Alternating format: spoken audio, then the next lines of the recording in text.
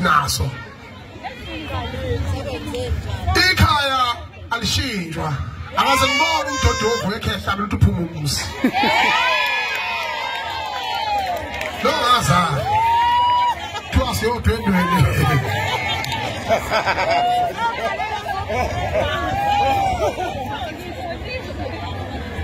ngiyothiwe esinaso ikhaya alishintshwa akaze ngibone umdodovu ekhehla ukuthi uphuma umusi lo ngazana twasi yodwendweni